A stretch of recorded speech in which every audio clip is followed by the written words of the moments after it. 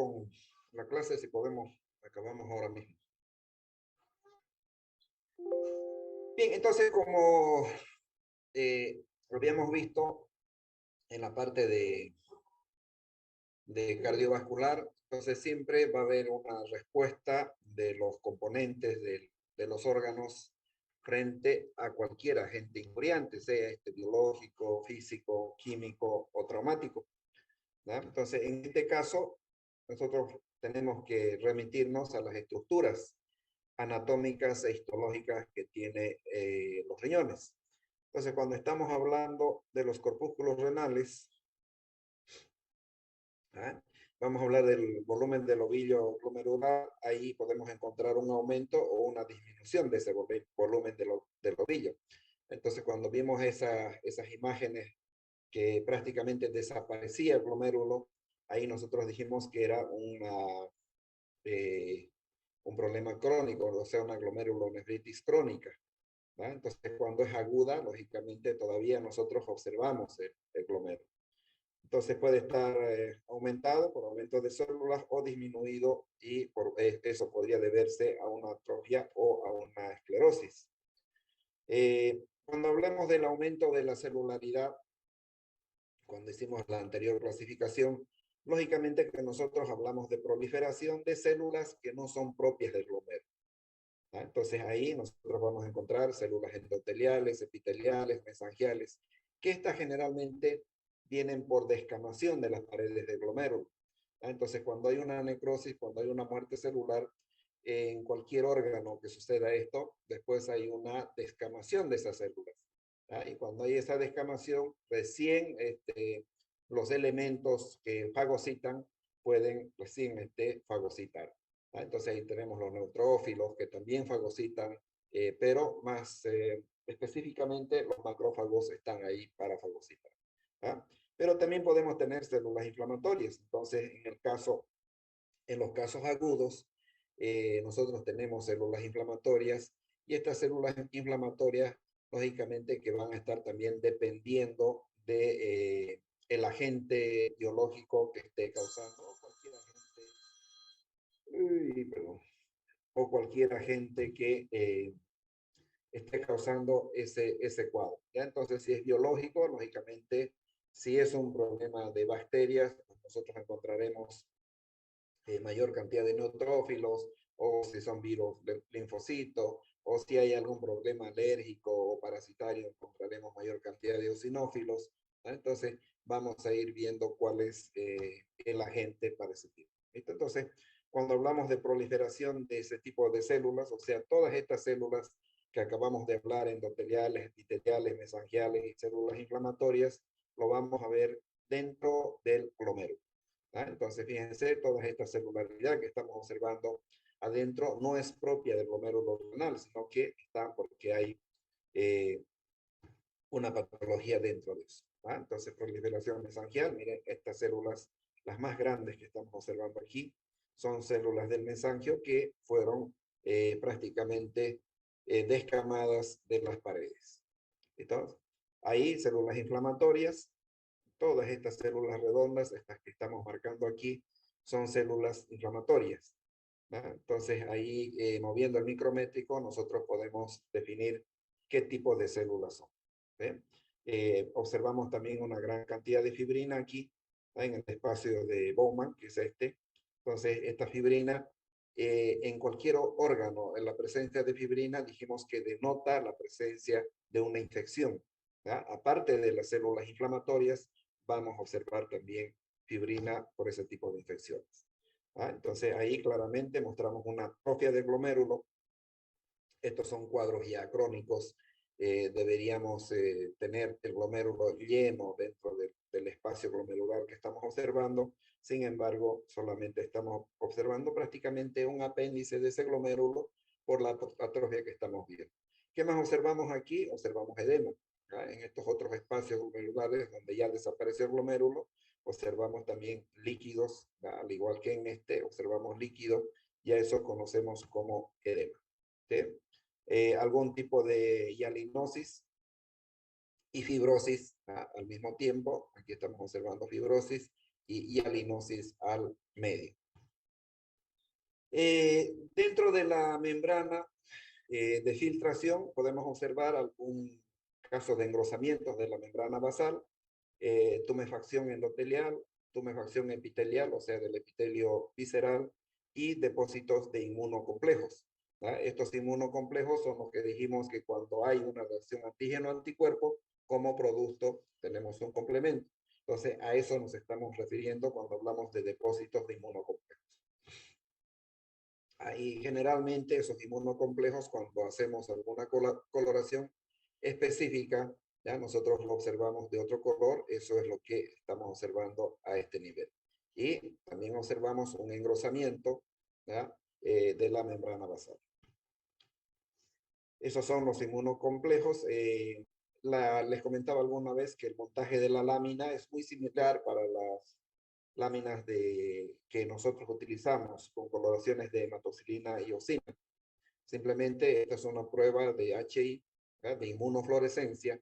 Cuando hacemos inmunofluorescencia, hacemos actuar algún anticuerpo para ver si existe el antígeno adentro y se ven así como borroso, no es que estemos viéndolo borroso, así es una prueba positiva. ¿Ah? En la cápsula de Bowman vamos a observar una hiperplasia de células epiteliales parietales, engrosamiento de la membrana basal y fibrosis periglomerular. ¿Ah?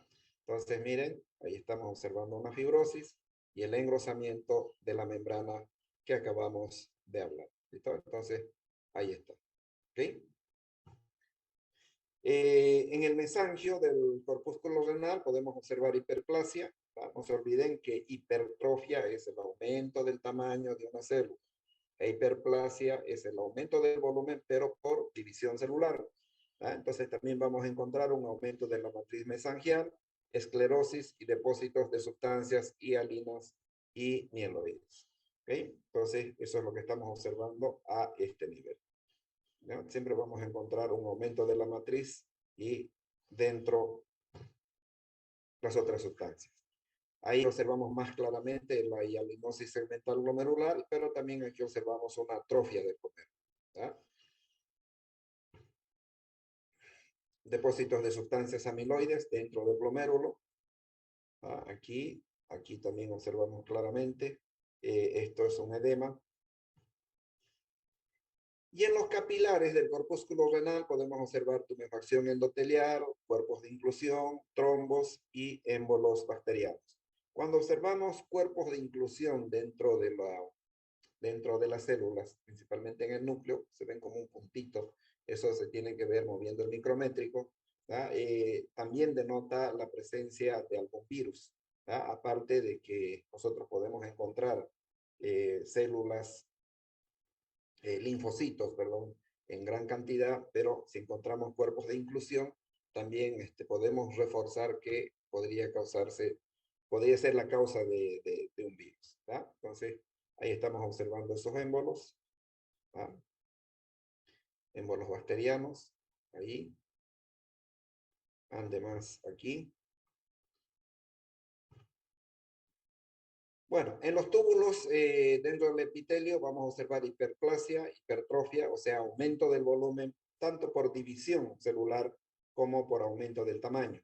También observamos atrofia, disminución del tamaño de las células, degeneraciones hidrópicas, degeneraciones hialinas, degeneraciones grasa, infiltración glucogénica, mineralización y podemos encontrar regeneración en el caso que haya existido una necrosis. ¿Sí? En el texto de patología general que les pasé como conductas de entrada para patología sistémica, todos estos conceptos están bien detallados, ¿tá? Por lo que yo les recomiendo puedan revisar, porque la medicina no solamente tenemos que estudiarla cuando estamos pasando clases, sino que estos conceptos ustedes los tienen que manejar de corrido. Por favor, que revisen todos estos términos que se los voy a preguntar en el examen. De hecho, sea de paso, tengo que mandarles sus notas. Ahora me quedo y les mando. ¿Bien? Bueno, ahí estamos observando la presencia de hialinosis con una coloración de hematoxilina y eosina. y aquí con una coloración de paz. Dilataciones tubulares, algunos cilindros. Al ser los cilindros prácticamente metales, suelen teñirse de esa coloración oscura, o sea, de un azul oscuro. Atrofias tubulares, aquí, aquí, aquí, aquí. Esto está a mayor aumento. Mineralización, estas son las partes de mineralización, entonces toman la coloración azulada de la coloración de hematoxina y hematoxilina y eosina, perdón. Degeneraciones hialinas, así los observaron en la patología general que ustedes vieron. Miren, todo esto es degeneración hialina. Entonces, esos eran glomérulos antes. En la membrana basal podemos observar engrosamientos, amiloidosis, mineralizaciones, rupturas. Entonces, vamos a observar esas mineralizaciones dentro de los glomérulos que ya prácticamente desaparecieron. Observamos en algunos casos también todavía algún tipo de atrofia a ese nivel. En los túbulos dentro de la luz podemos observar un aumento, una disminución o presencia de cilindros. Entonces, esas son las patologías de los túbulos contorneados distales y proximales. Entonces, eso es lo que vamos a observar a ese nivel. ¿Ok? Ahí podemos observar. Otra vez un glomérulo prácticamente mineralizado. Dentro del intersticio, presencia de células inflamatorias y algún grado de fibrosis que se puede observar. Ahí está la fibrosis y ahí está la atrofia. Entonces, miren, claramente nosotros podemos observar y hemos dicho que lo que estoy marcando aquí, así se ve la fibrosis a nivel de cualquiera de los órganos que vayamos a observar. Entonces, estos son fibroblastos. Como un tejido cicatricial. Cuando aparece alguna patología, alguna necrosis, lógicamente son los fibroblastos los que van a tomar esos espacios. Ahí está la degeneración de los túbulos. Siempre van a distinguir los túbulos, lógicamente. Zambrana, tu micrófono. Van a distinguir por el epitelio, y estos que no tienen epitelio eran los glomérulos. Entonces, otra vez, miren, aquí observamos una fibrosis. Está totalmente fibrosado, todavía algún indicio de glomérulo, pero lógicamente que este riñón que estamos viendo aquí no tiene la capacidad de filtrar. O sea, todo lo que pase por estos riñones, todas esas toxinas van a retornar al organismo y nos van a producir ese cuadro multisistémico del cual hablamos en las anteriores clases. ¿Ok?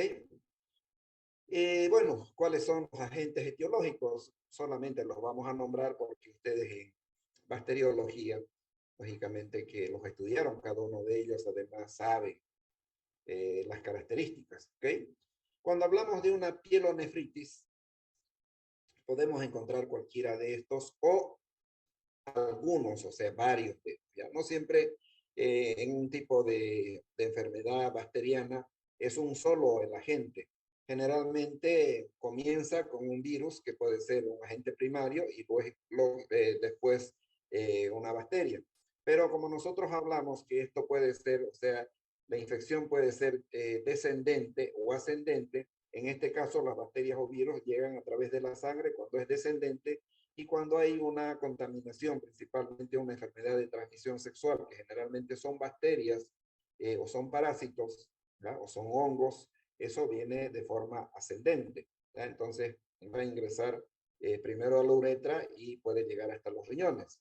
Entonces cualquiera de estos patógenos, ya sea el corinobacterium, marconobacterium, streptococo, estafilococo, Escherichia coli, proteos, eubacterium, pueden producir pielonefritis.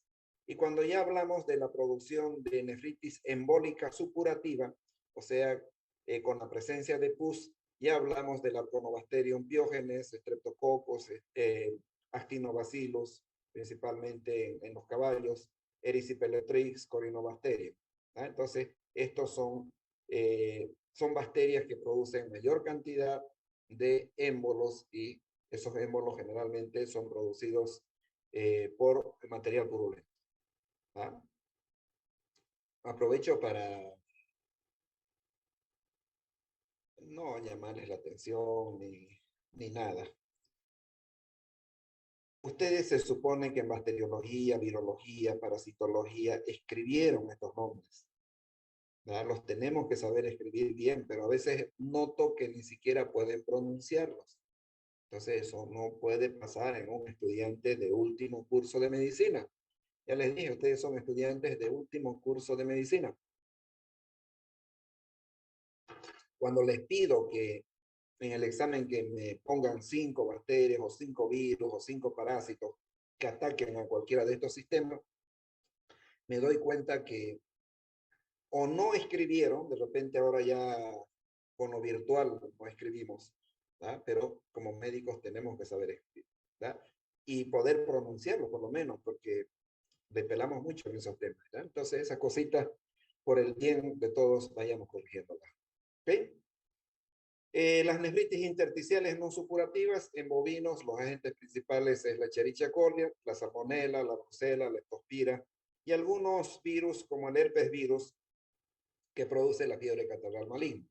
En ovinos, el grupo de poxvirus son más importantes o revisten mayor importancia. ¿Ah? En los equinos, el lentivirus, por ejemplo, la anemia infecciosa equina es producida por un lentivirus y los arterivirus que producen la arteritis viral equina. En porcinos, los leptospiras son muy importantes y los arterivirus también que producen el PIRS o síndrome reproductivo respiratorio porcino.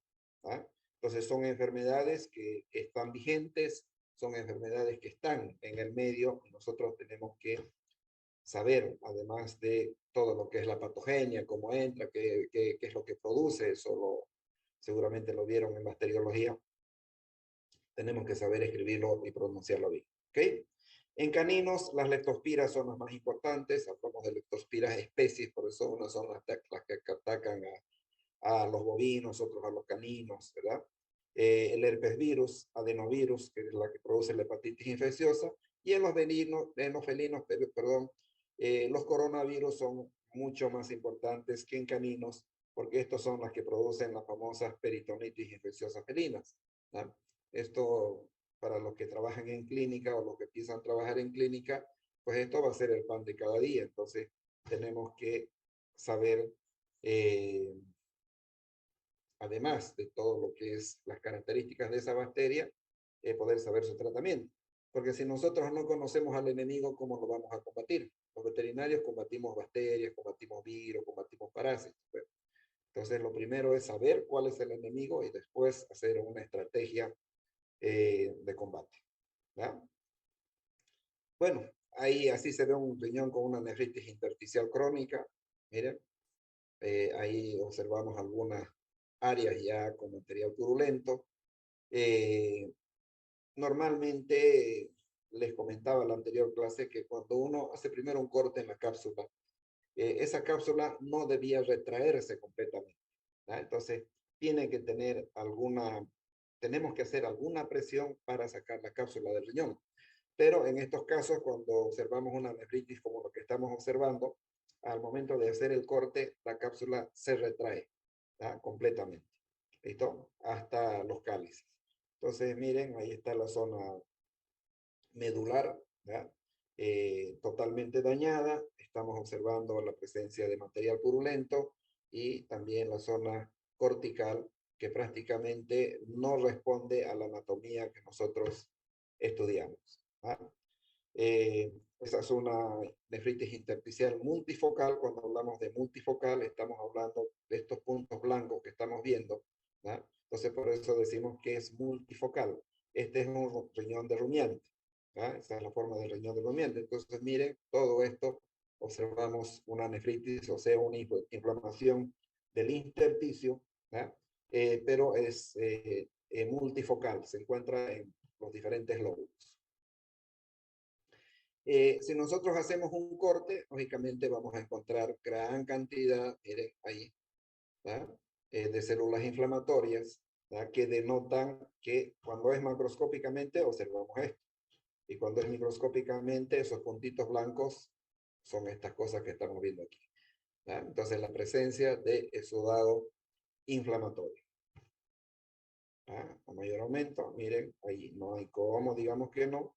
Pero también observamos dentro de algunos glomérulos, estos son los túbulos del riñón, ahí está el epitelio.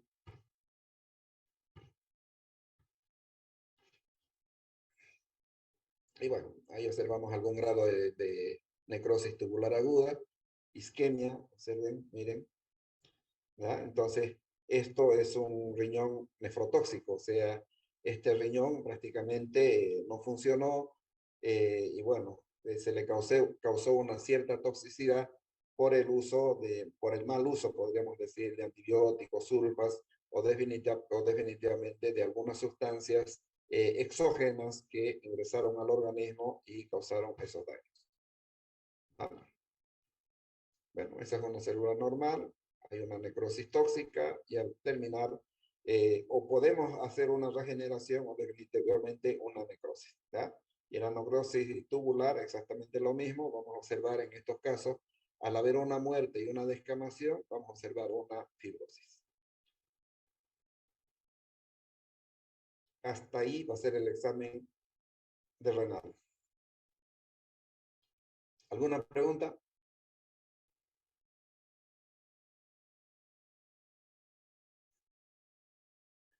A ver, ahora que estamos a media clase, pongan sus cámaras para tomar la asistencia, para que continuemos.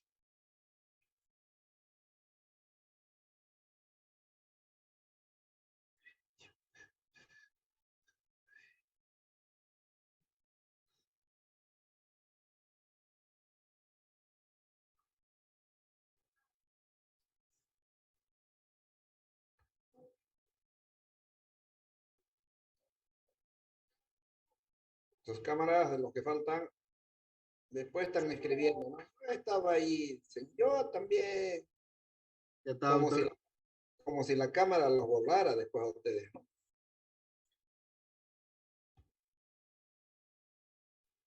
Doctor, mi cámara tardó en prender. Ve. Disculpe, es que mi ¿Quién internet habla? está mal. Ya escriba su nombre ahí, pero es una la que tardó en prender, no tardan de toditos. Doctor. Bien, Jorge Enrique, ¿está ahí? ¿Canasa? ¿Está o no está? Doctor,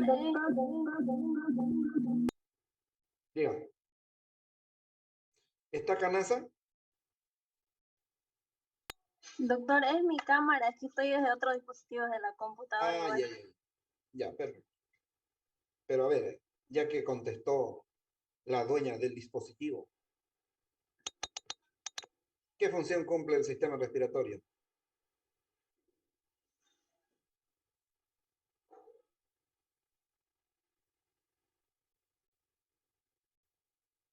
¿Quién sabe?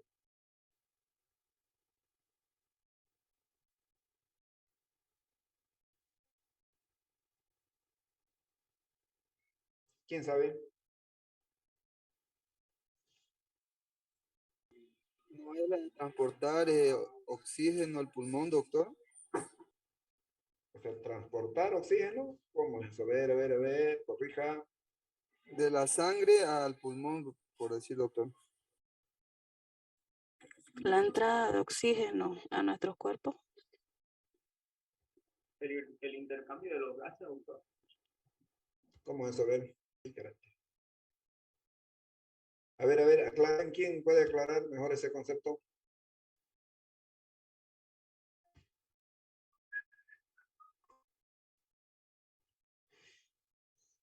A ver, muchachos. ¿Dónde está? Compartir pantalla. ¿Han llevado fisiología respiratoria o noche? O ya se olvidaron. Ustedes se olvidan muy rápido. ¿Qué pasa?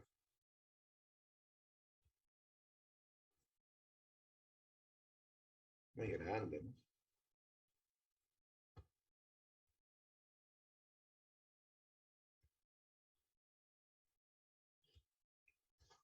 A ver, Cuando nosotros llevamos fisiología, lógicamente que es por competencia, ¿verdad? Entonces, la competencia de ustedes, por lo menos, tiene que ser saber cuál es la función de ese sistema. Ya dijimos ya cuál era la función del sistema cardiovascular. ¿Qué función cumple el sistema cardiovascular?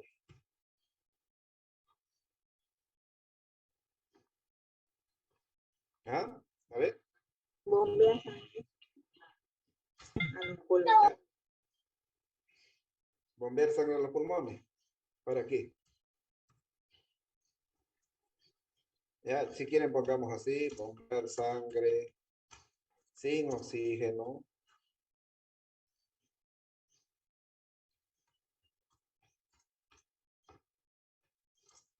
a los pulmones.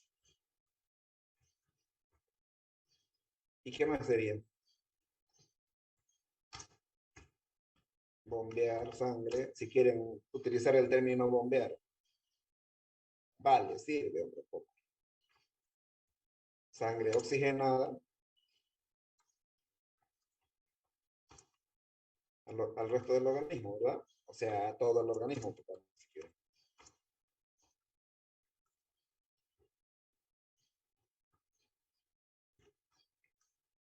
Entre otras, ¿ya? Mantener la presión y todo lo que ustedes han estudiado.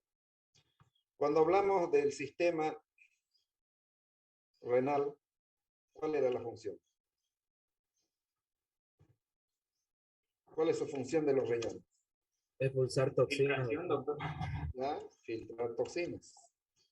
Eliminar Si quieren pongamos filtrar toxinas producidas por el metabolismo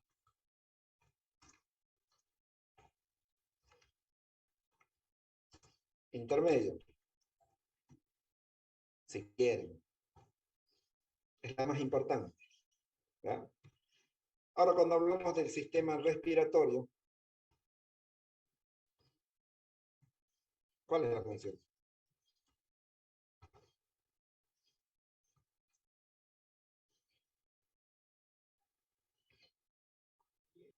Transformar oxígeno en dióxido de carbono, doctor. ¿O se puede hacer eso? ¿Se puede transformar el dióxido de carbono en oxígeno? No, hace intercambio de gases, doctor.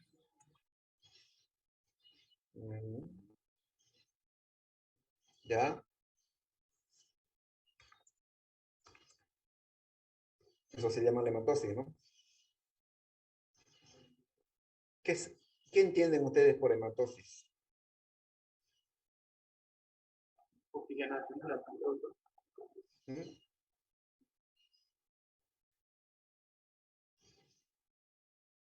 Que le hemos hablado, creo, con ustedes, no sé si en el laboratorio o en alguna clase.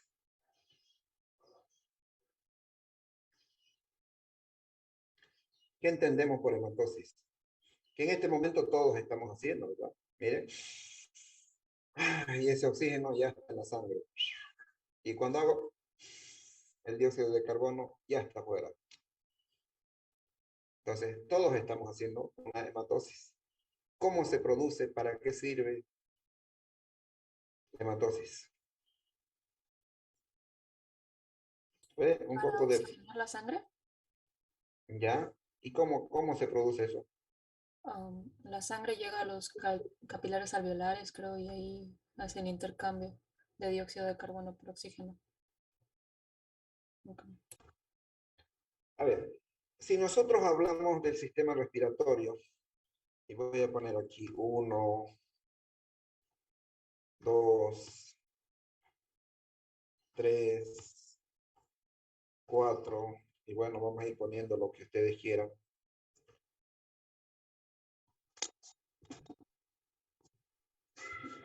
Yo voy a poner fosas nasales.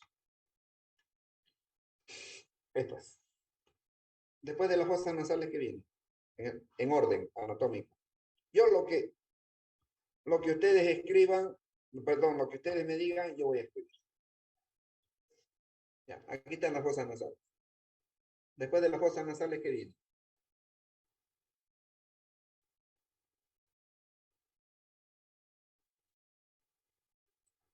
La laringe, doctor. Su compañero dice laringe. ¿Ya? Después, ¿qué viene? Los pulmones. La tráquea. Tráquea, doctor. Tráquea. Después. ¿Ah? ¿Qué viene después? Los pulmones. Los pulmones. Y después. Aquí no podemos equivocar. No pasa nada. Ahí termina, ¿no? Ahí termina. Los bronquios y los alvéolos. Después de los pulmones. No, esos son partes del pulmón. Sí. La tráquea. No es la laringe, la faringe. Su compañera. Después de la laringe, la faringe. Sí, Antes, creo, doctor. laringe, faringe. Primero es faringe, luego laringe, luego tráquea. A ver, unos dicen que primero es la laringe, faringe, tráquea. Otros dicen que primero es la faringe, después la laringe, y coinciden en la tráquea.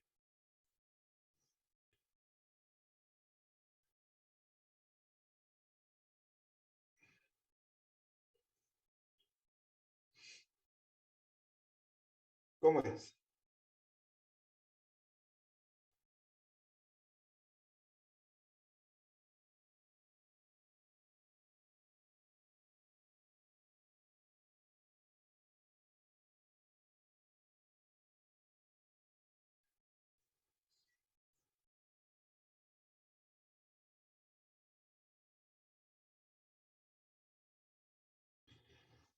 ¿Cómo quedamos? ¿Cómo armamos nuestro sistema? Porque hasta ahí son... Laringe y tráquea, doctor.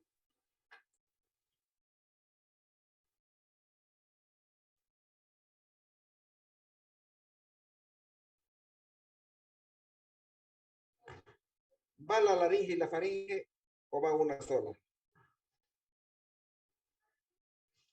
Solo ¿Ah? separado, creo.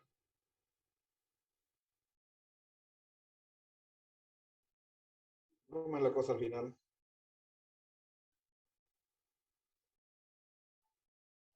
Primero es la faringe, después la laringe.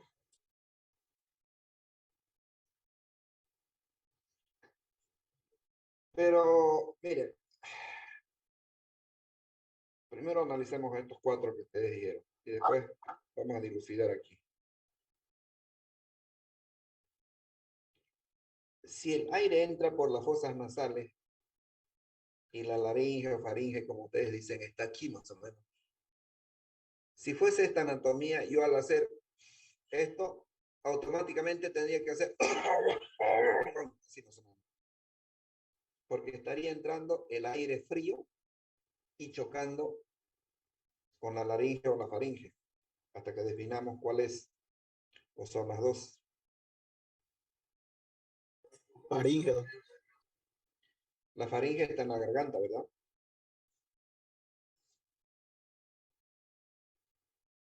¿O no?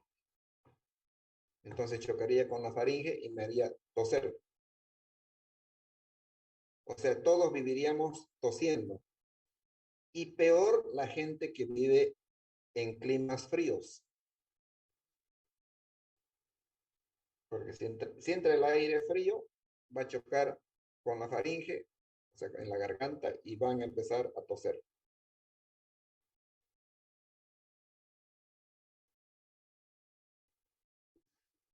¿Qué tenemos para que no pase eso? Las coanas, doctor. Eso, pues, ¿no? Entonces, miren, desde aquí tenemos todo un aparato, un acondicionador de aire, ¿verdad?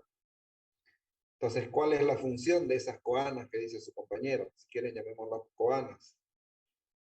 Primero, filtra el aire. Después humedece. ¿Ah? Entonces nosotros necesitamos filtrar y humedecer. Si no, por una carretera polvorienta estaríamos ahí constantemente escupiendo tierra, pues, y además tosiendo. ¿Listo? Entonces tiene más relación la faringe, ¿verdad? Bueno, la laringe también cumple la función de conectar la boca con el sistema respiratorio, pero el aire pasa por la faringe. Se cierra la laringe en la glotis y pasa hacia los pulmones. ¿Ya? Se cierra al otro lado y pasa por la laringe, pasa al esófago. ¿Ya? Entonces el aire pasa a los pulmones, la comida pasa al esófago. Ahí tenemos una glotis que se cierra y abre. Cuando el médico nos dice abra la boca y nos pone un palito de los dos, tanto la faringe como la laringe. Y ahí nos dice hay una faringitis o hay una laringitis o ambas. ¿Sí? Pero no se olviden del filtro que tenemos aquí, de este acondicionador de aire. ¿Ah? Ahí están los cornetes nasales. Esos son como turbinas. ¿Ah? Entonces tenemos los epitelios que cumplen también una función, eso nos van a filtrar. Tenemos unos pelitos en la nariz, todas las partículas más grandes se filtran ahí y a medida que va entrando tenemos ese barrido mucociliar del cual ya hablamos. ¿Sí? Después de la tráquea, lógicamente que están los pulmones, pero no tenemos que verlo así. Después de la tráquea, ¿qué viene? Vienen los bronquios, ¿verdad? Después de los bronquios, ¿qué viene? Bronquiolo. Los bronquiolos. Después de los bronquiolos, bueno, vienen los bronquiolos terminales, vienen los Alveolo. Alveolo. ahí quería llegar, hombre. ¿Ah? ¿Dónde se produce la hematosis? En los alveolos, en las ramas. No, los alveolos no son ramas.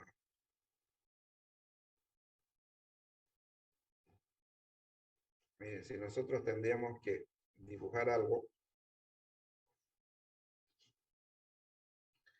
¿ya? Entonces, estos serían los bronquiolos. Y aquí estaría el alveolo. ¿Ya? Entonces, el oxígeno ingresa por la nariz, ¿no? Y llega hasta este alveolo. Llega hasta aquí. ¿Ah? Y habíamos puesto como ejemplo, dijimos, este sería el vaso sanguíneo.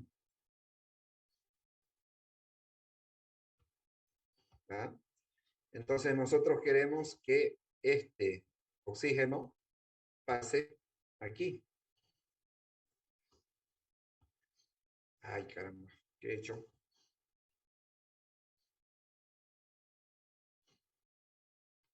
¡Yupi! ¿Dónde se ha ido?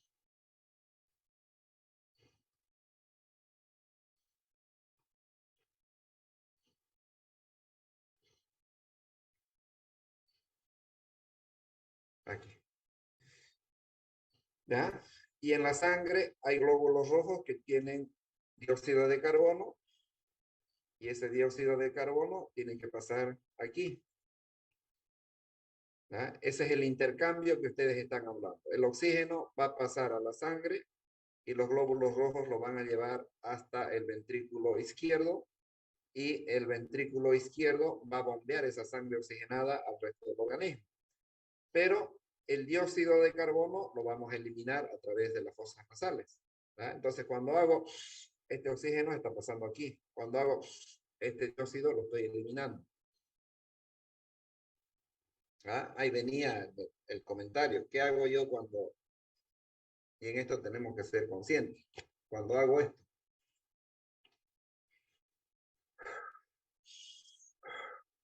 Mi dióxido me lo estoy filtrando otra vez para adentro, ¿verdad?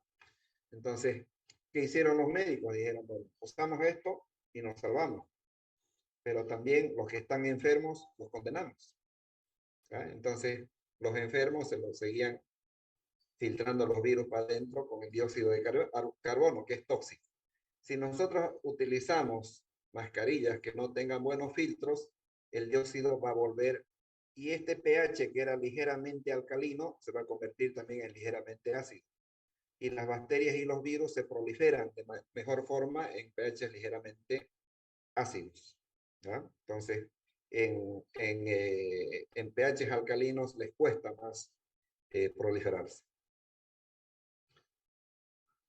Pero bueno, había que tomar una decisión.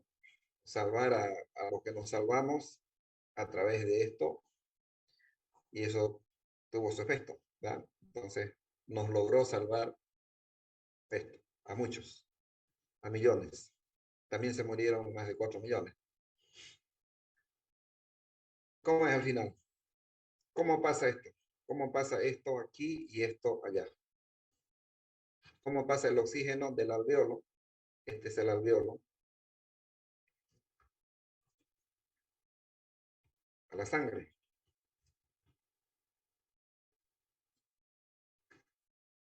A ver, cuéntenme el cuento de fisiología.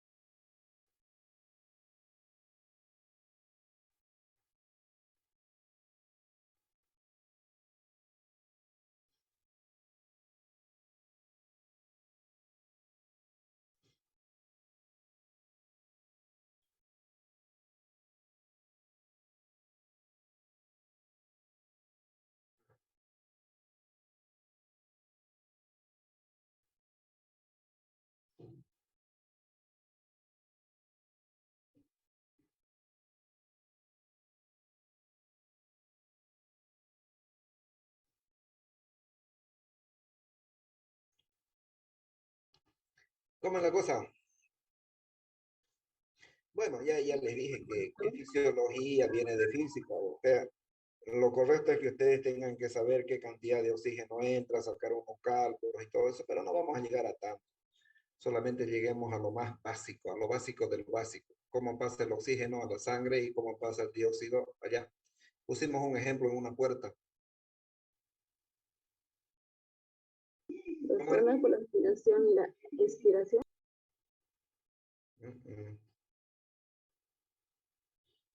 Pusimos un ejemplo en la puerta, ¿se acuerdan? Era con ustedes, ¿no? Sí, Uno entraba y otro salía, creo. ¿Ah? lo pasaban. Sí. Todo pasa que todo esto que estamos hablando, la tráquea, los bronquiolos tienen un epitelio, ¿cierto? ¿Qué epitelio tenía? El alveolo, ¿qué epitelio tiene?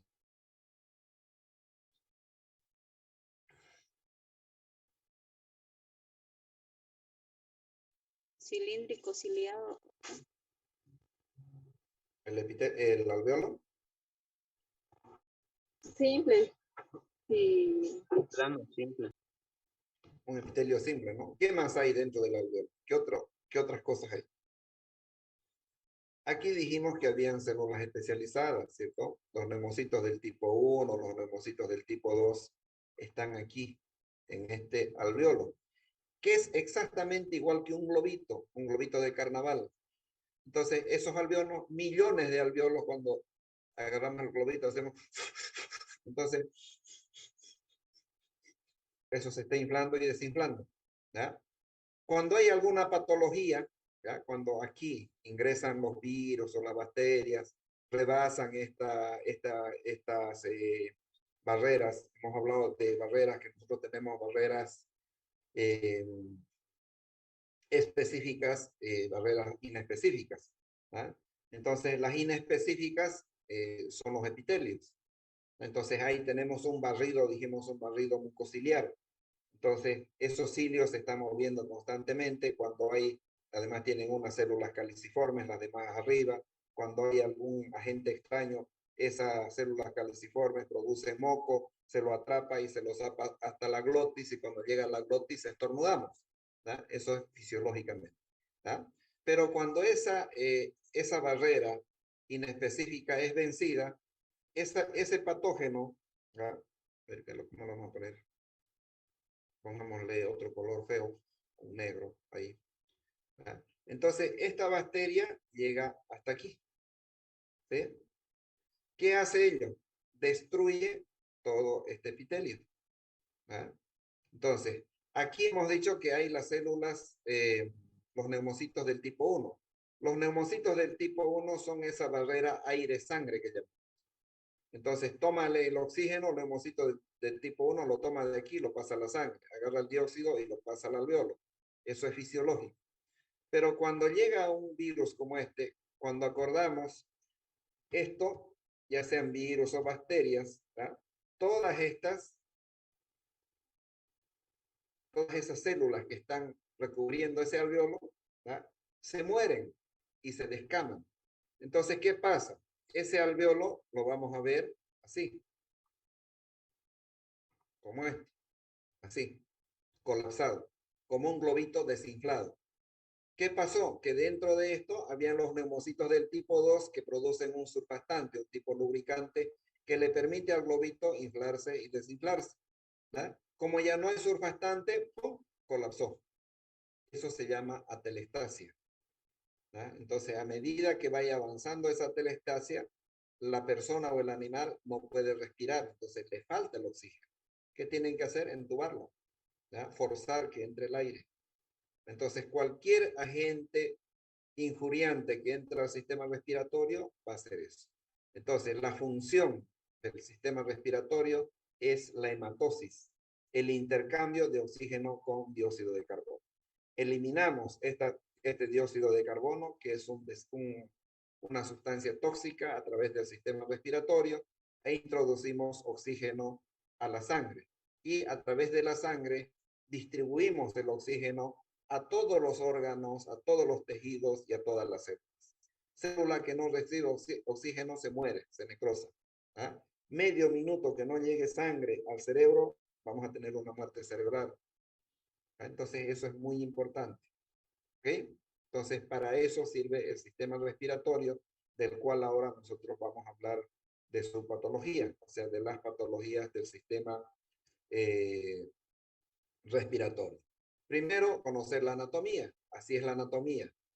Entonces, fácilmente nosotros podemos imaginarnos qué puede pasar si bloqueamos cualquiera de estas vías o si definitivamente agentes injuriantes van a ingresar a cualquiera de estos patógenos, a cualquiera de estas partes anatómicas.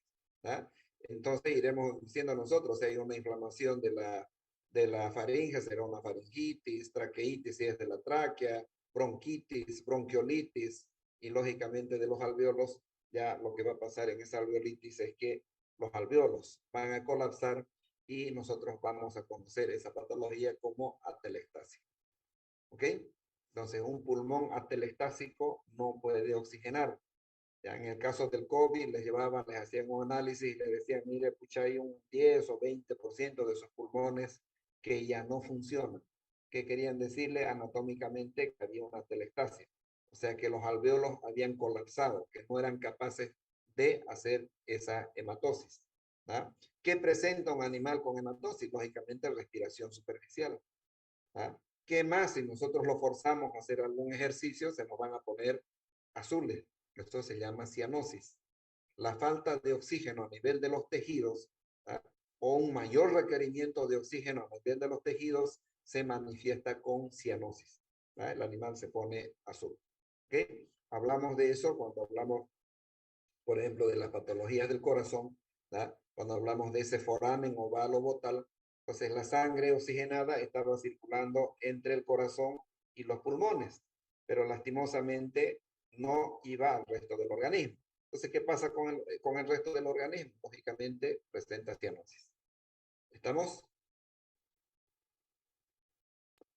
Sí, doctor.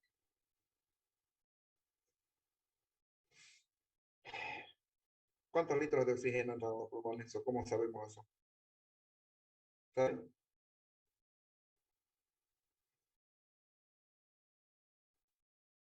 No saben, ¿no?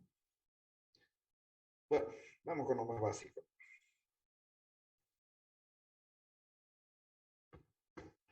Bien, chicos, preguntas.